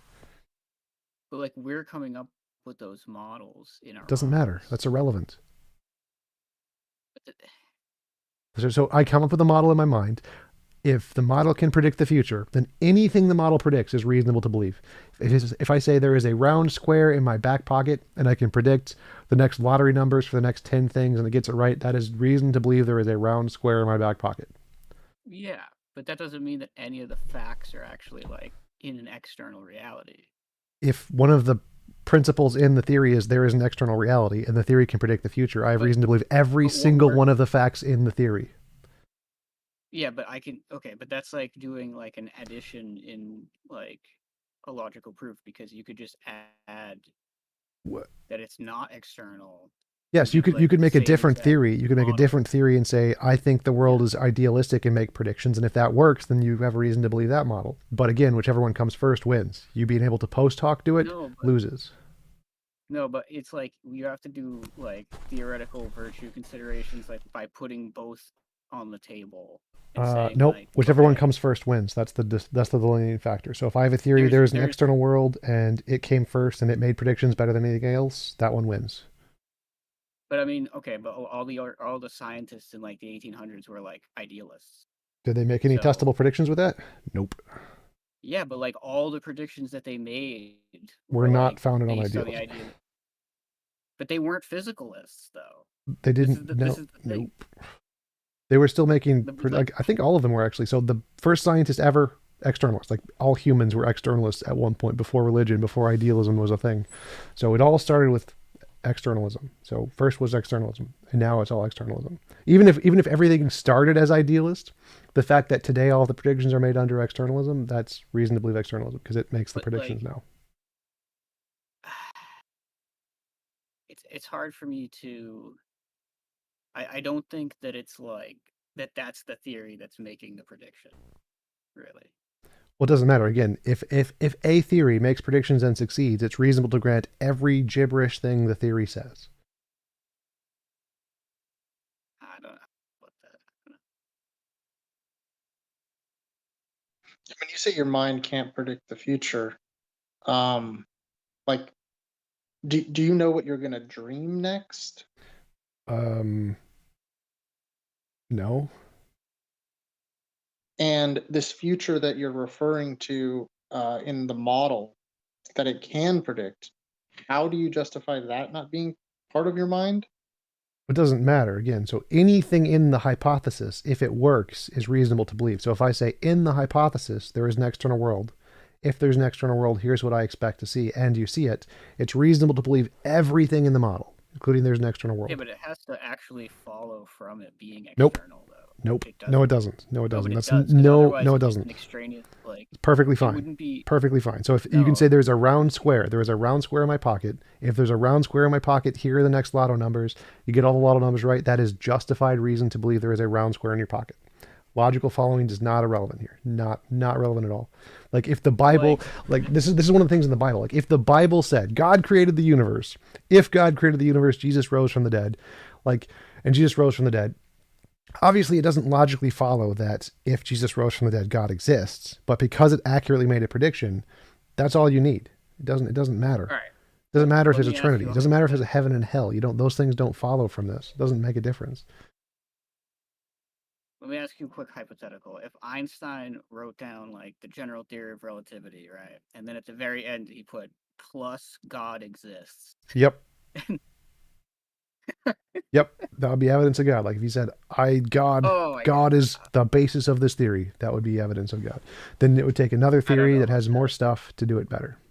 Because the consequence of accepting just has nothing to do with that. doesn't matter. Like, Doesn't matter. It literally doesn't matter. Literally, I've answered this so many times. It literally does not matter. The consequence of the epistemology that you're suggesting is literally every fact would just be nothingness. Because every single theory has lots and lots of those that don't follow. It doesn't make a difference. Like it doesn't follow that space-time exists. It doesn't follow that space-time exists, that every single prediction Einstein made was right. It could just be something else. Does it matter? No, it doesn't matter at all. But it's like anything that he posits in the theory like plays a role in the predictions that the theory makes. No, they don't. He can't just say like plus triangles are like flying around my bedroom right now and like. No, so again, I've said it. I said that's wrong many times. I can continue to say it's wrong as many times as you want to hear. If you have a random book that says Magical Sky Daddy did it and it makes predictions and it gets it right, then Magical Sky Daddy. Does it entail it? No. Do you need it? No. It's irrelevant. The fact that it gets the predictions right about the world, even if it seems like gibberish to you, that's a reason to accept the book. So if it doesn't make a difference whether or not you can draw a connection between the two. So we can just say a bunch of random gibberish letters and numbers, and then comes up with a sentence like that makes tons of predictions. Then like, oh well, shit, I don't know anything it's saying before, but it's probably right because it got these predictions right with a high level of accuracy. That's perfectly reasonable. Yeah, I mean, look, I agree with giving credence to an idea that makes predictions. It's just that like I don't extend it to like peripheral like conjunctive like. Right, I understand that's what you're saying. You're saying the same thing you've said like 10 times, which is wrong. If you have a book of gibberish and the gibberish books makes predictions and every one of the predictions comes true, then the book of gibberish is reasonable to believe. If you cannot make a connection between the gibberish and the predictions, it doesn't matter. It's irrelevant. It's still reason. You are justified in believing the gibberish. You're justified in believing anything the gibberish says. If the next 10 lines say square circles exist, you are reasonable in believing square circles exist. I've gone over this a million times. Nothing you're saying matters here. Gibberish book, predictions right. That is a justification. You are now justified in believing you have knowledge that the book is true.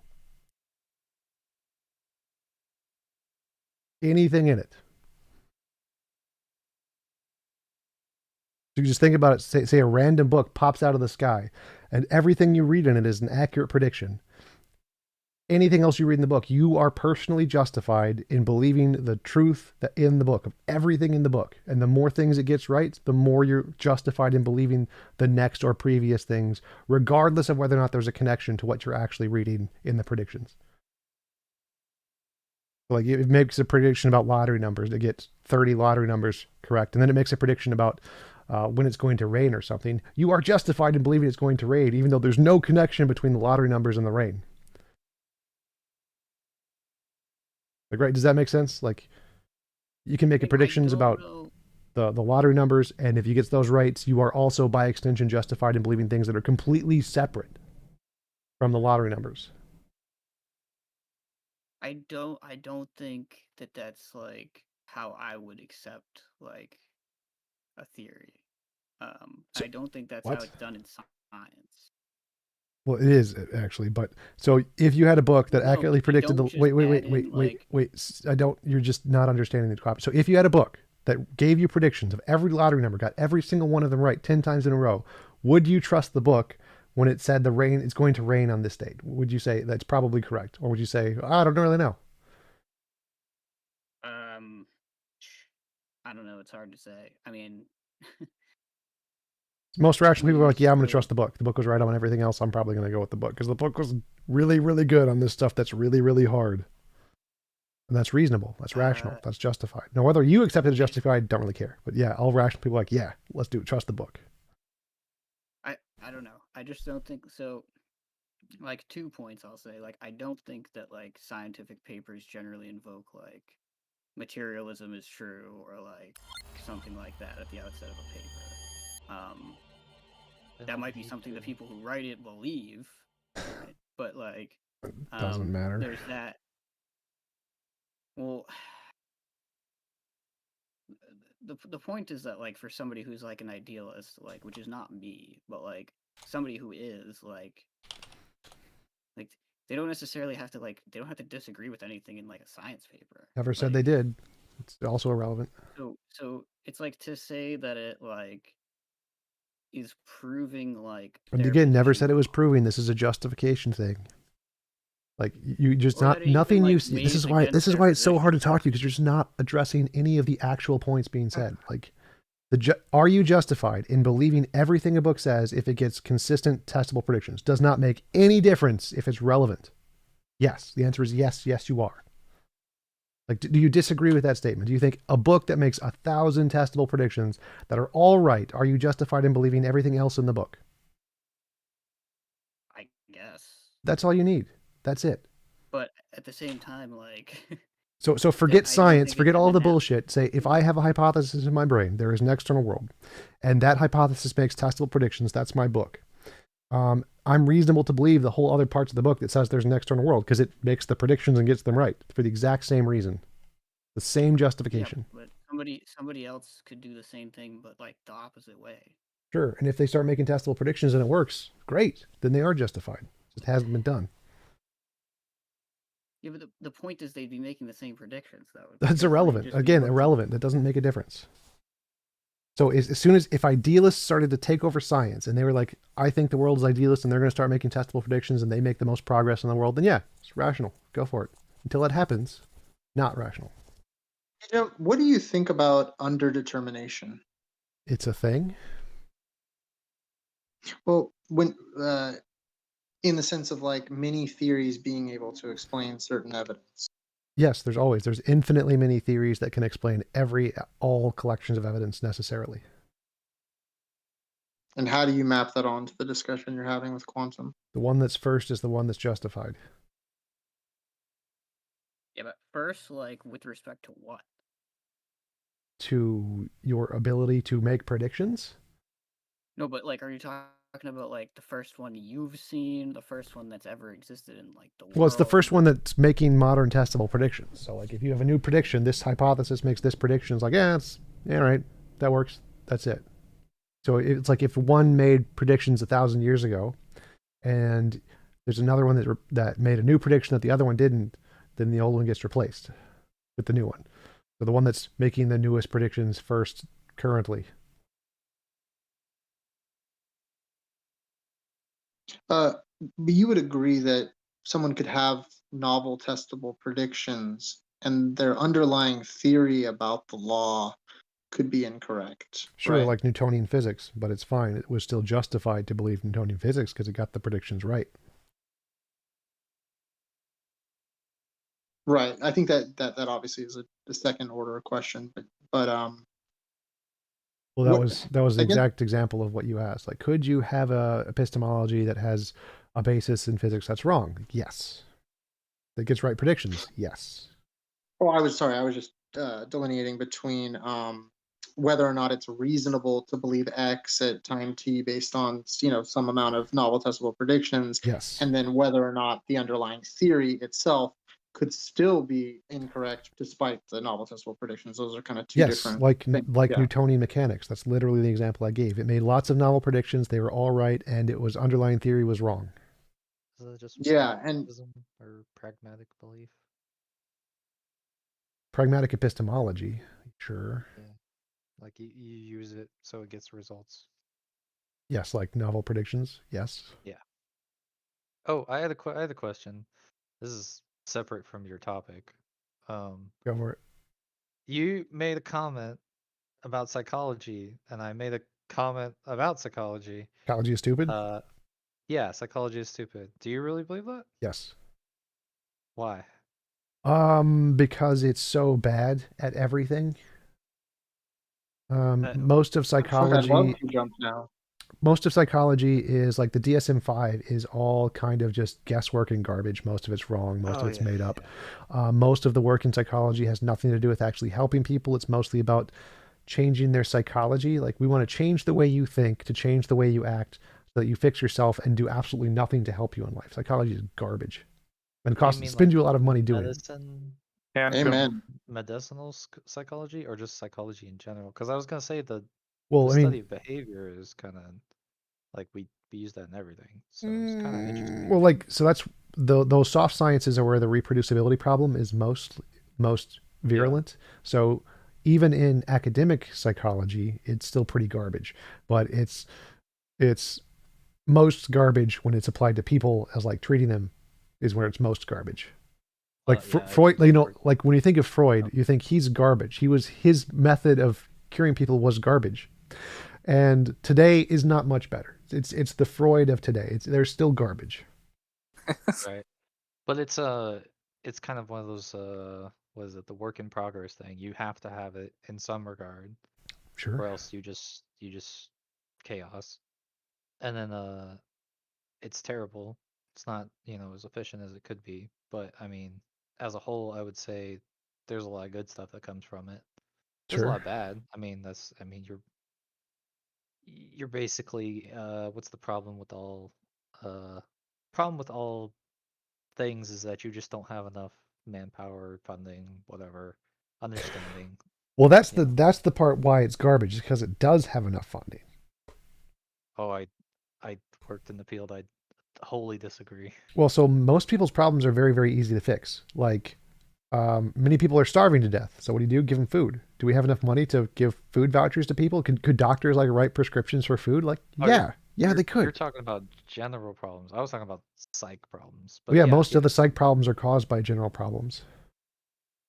So if you fix their life general problems, which are problems. usually pretty easy, more or less, yeah, you could do it. So like housing problems. Most people are major depressed and homeless and have psychological issues because they don't have housing. That really screws up your brain. So how do you fix them? Make cheap housing. Stop putting like legal limitations on where you can build housing. And Aren't there plenty of depressed rich people? yeah, Oh, but yeah. that There's all sorts of things. But they're fine. They don't really count. Who cares? And most of them, They have most an of that can be. incorrigible belief that they're They're depressed. depressed for other reasons, obviously.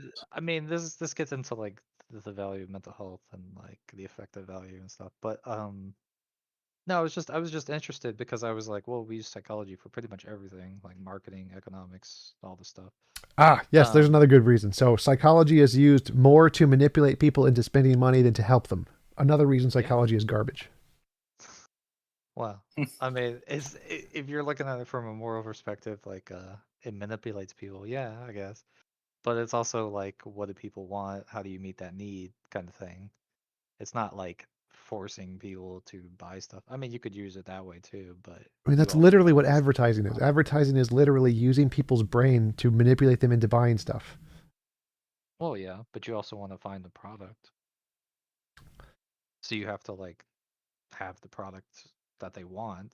I mean, you can Well, manipulate them none of all you that want. psychology. That's all engineering. So you have a product you think is cool. You build the product, and they're like, all right, time to do some advertising. Let's go do some psychology. Psychology has nothing to do with building the product. It, how do I put this? It's finding the product that people would want. That doesn't happen. So most people build products by doing research and development. They don't do psychology. They do research and development. They build stuff, and they're like, here's a thing I'm missing that I need, and it would be cool if somebody built it. Nobody built it. I'm going to build it and sell it. So there's not like the point of focus groups isn't to be like, oh, well, they really like, let's just find out anything they could possibly like. It's more like they've already built a bunch of stuff and they're trying it to try and see what fits. Right. It's not like they just do focus groups. What should we build, focus group? Just give me an idea of anything. Like, no. It's not like psychology is not really a big factor in that. So the end method is just that it's bad because it's efficient, but it's not efficient enough. Well, no, it's bad because Something it's used to manipulate people primarily, and it's used to help people very minimally, and it's very bad at helping people and very good at manipulating people. So it's like, why are guns bad? Because they kill very easily and they don't help very easily. So I take it you're not a fan of Sam Harris then? Well, I'm definitely a fan of Sam Harris. Why would that matter? Well, because he's all about psychology. So Well, okay, do you understand what he says about psychology? yes, I mean, I don't agree with him. Being a fan doesn't mean you have to agree with him. Oh, okay. I'm not saying like, I mean, a fan of his work. Obviously, I'm not saying like a fan of Sam Harris. Like, he's a pretty good guy. I'm just, Yeah, I mean, like, I'm a fan of some of his ideas, especially his arguments on free will, but I don't like the fact that you can be a fan of somebody doesn't mean you have to agree with them on everything. So, would you Like, say it's a Quantum, bad do you agree idea? with me on everything? Well, God, Quantum doesn't agree with me himself. Yeah, I totally Yep. do. No. Yep. No, I was trying to make the A lot of discussion of I think you could better the world through psychology and understanding people and the problems more Well, than you I would could. say we could better the world by bettering psychology, but modern Yeah, psychology of is course. garbage. Well, I mean, yeah, all things can be garbage if they're not as efficient as they need to be. Like, Well, Shu V, do you know how bad the replication crisis is in that field? I couldn't even speak to it.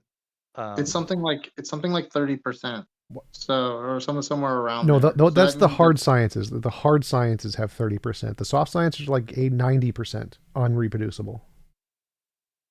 oh, I was saying 30% reproducible. Like Yeah, 30% of their yeah. studies In can be the reproduced. in the soft sciences, yeah. it's more like 10% are reproducible. Okay, so anyway, somewhere in the low percentages, and so that just means that all the theories that they're coming up with that you're saying are quote unquote good, they're not anything that can be reproduced across most people, which means they're not even really theories.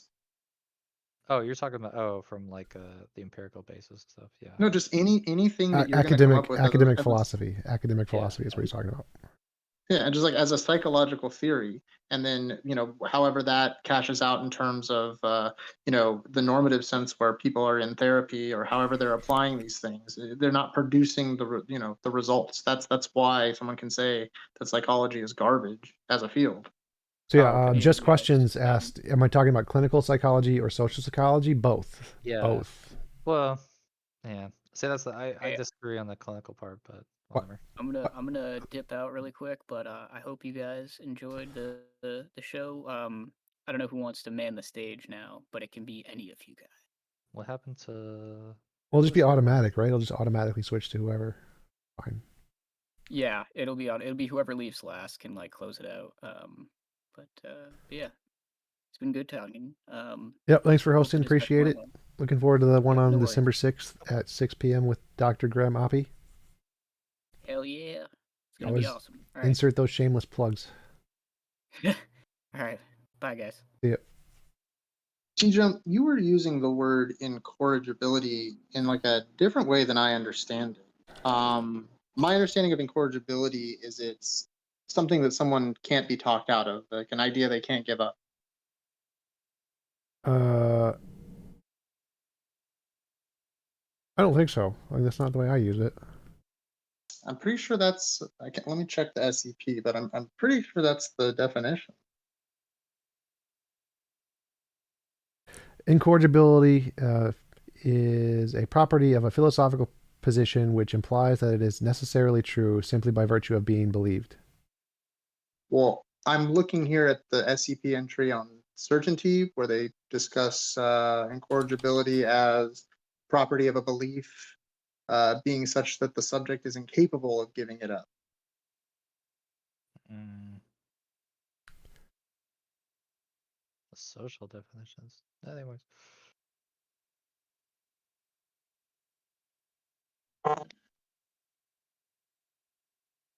I always thought it had much more to do with the subject and not necessarily some truth value, but just that, like sort of like your position on you existing. It's not something you're capable of giving up. Yeah, I go with the other definition, the one that's incapable of being wrong. So that's like, I think, the same definition. What entry is that on? I don't know. Oh. Find it.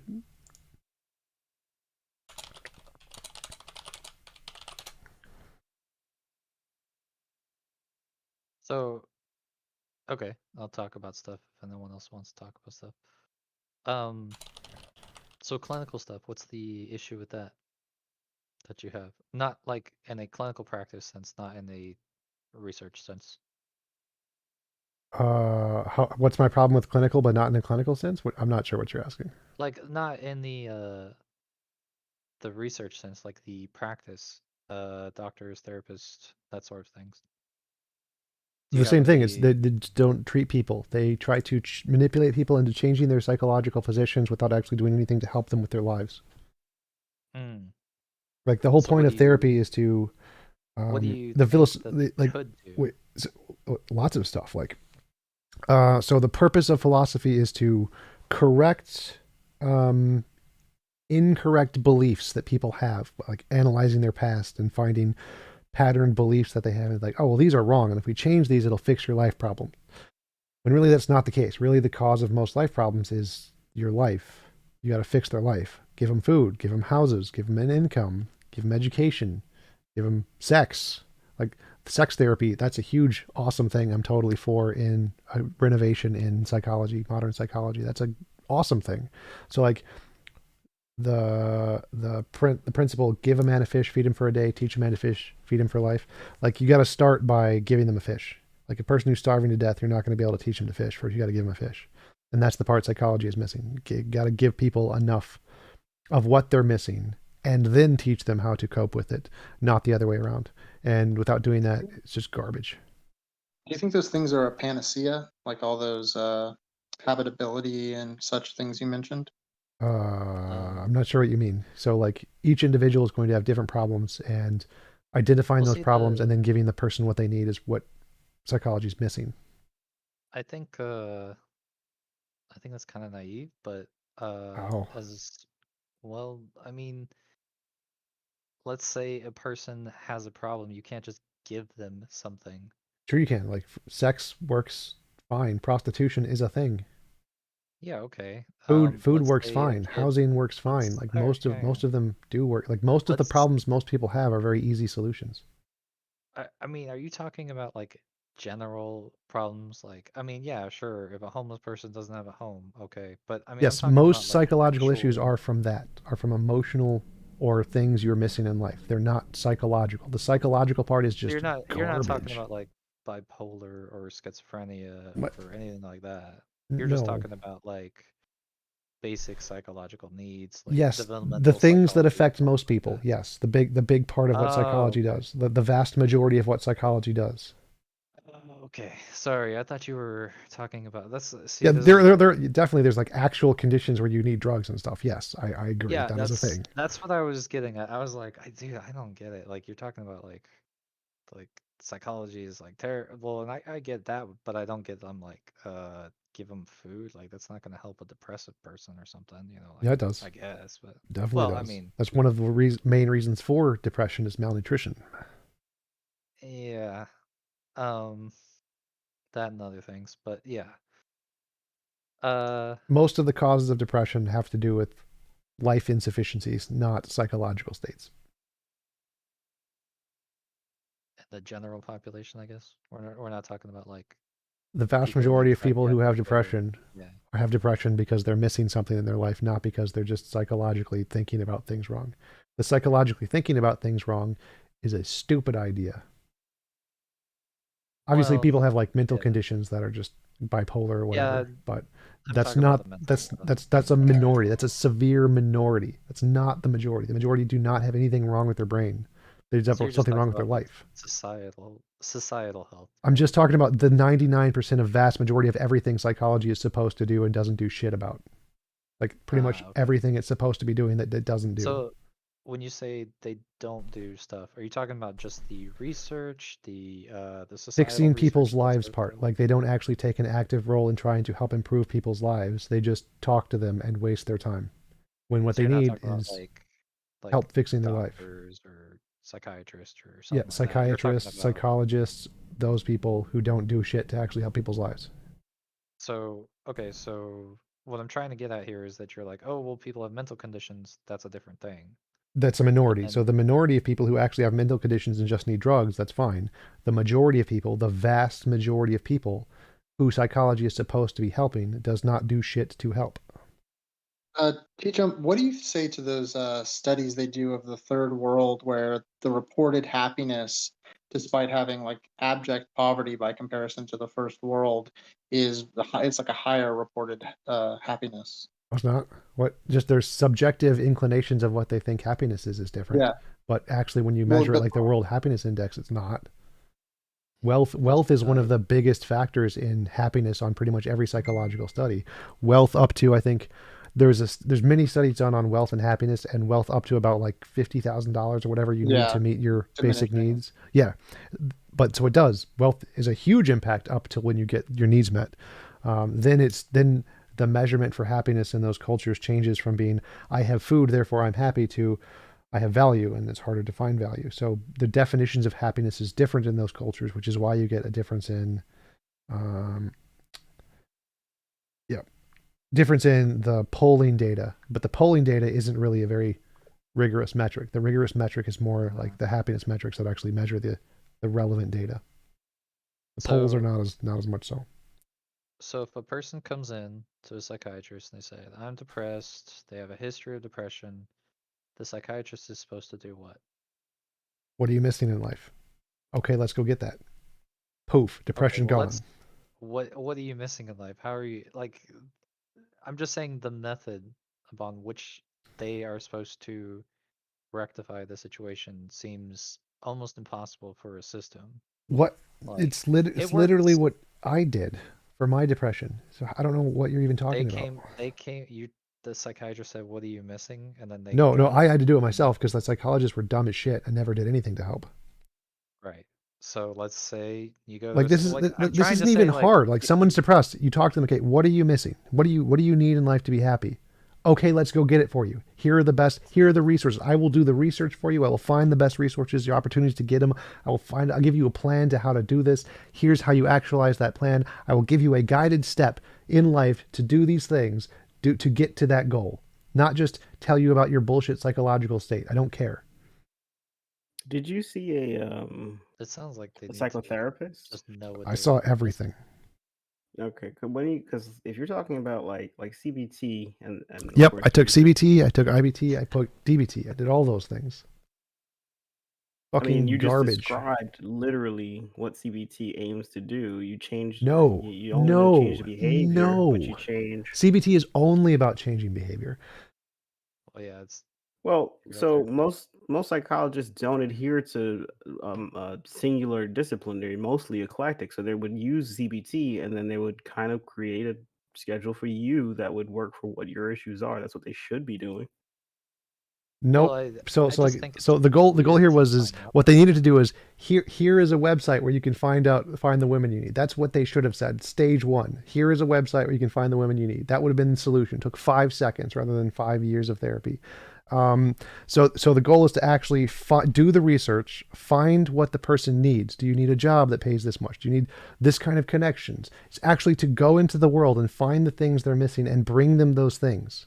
Not So tell what if them they where to don't get them. know? Bring them the things. Bring them the things in the world they're missing. The connections, the opportunity, the relationships, whatever. That's the part that's missing. Now, just sitting back in a chair and telling them where to go look, that part isn't helpful. It's you need to go out into the world and get them what they need and bring it to them part. That's the part that they need to add.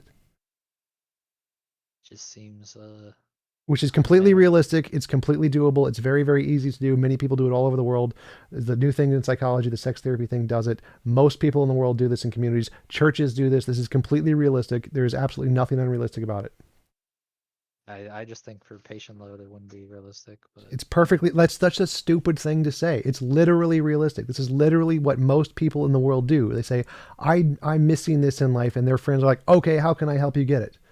Their family does that. The churches do that. Literally, this is what people do who are normal human beings. Therapists are just dumbasses.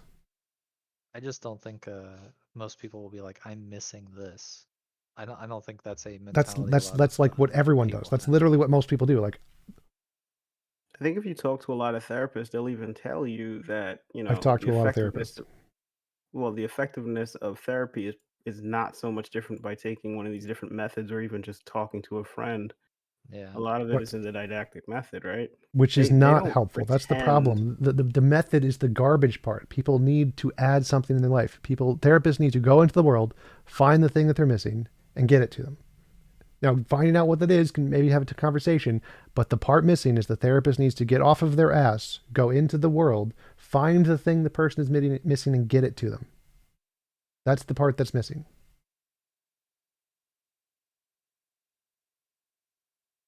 And the therapist never ever gets off their ass. They're legally bound to not do that. It's illegal for a therapist to get off their ass and actually do something.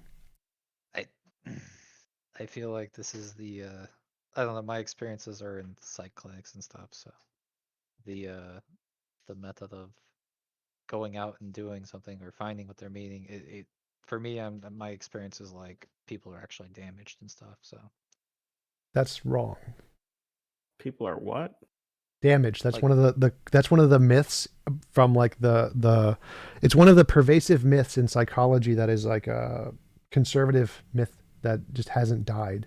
It's that, oh, if we actually do Well, the not work like- for them, then they're going to suffer. They're not going to learn what they need to learn. It's just a conservative myth that's wrong.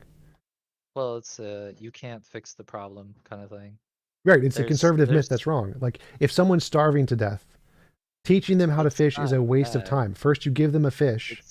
It's This is literally what it can't is. I've been fix through their this. life. No, again, oh my God, listen to the words I'm saying. I just addressed this when you interrupted and said it's not this.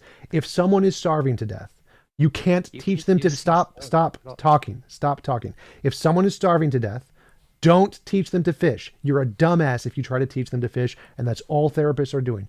First thing, give them a fish. Give them enough food. Give them enough recognition of the success that they can have, and then teach them how to get it on their own. Don't just give it to them indefinitely. Give it to them enough first, and then teach them how to get it and then wean them off of it. That is the correct way to do it. Therapists don't do the most important step, which is giving them the fish in the first place.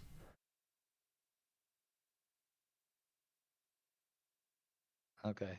I mean, the fish analogy I get, but I don't think it's quite so simple. I mean, you keep talking kind of general. Like what would that not apply to? It would apply to social situations, relationships, family, friends, meaningful work Well, situations. It would apply to literally. I'm What does trying- it not apply to? What I'm trying to tell you is that certain people go through things in life that are very harsh. Yeah. And then they have psychological. Is that the majority? Because I've literally mentioned this. What is the majority of human beings who see therapists need?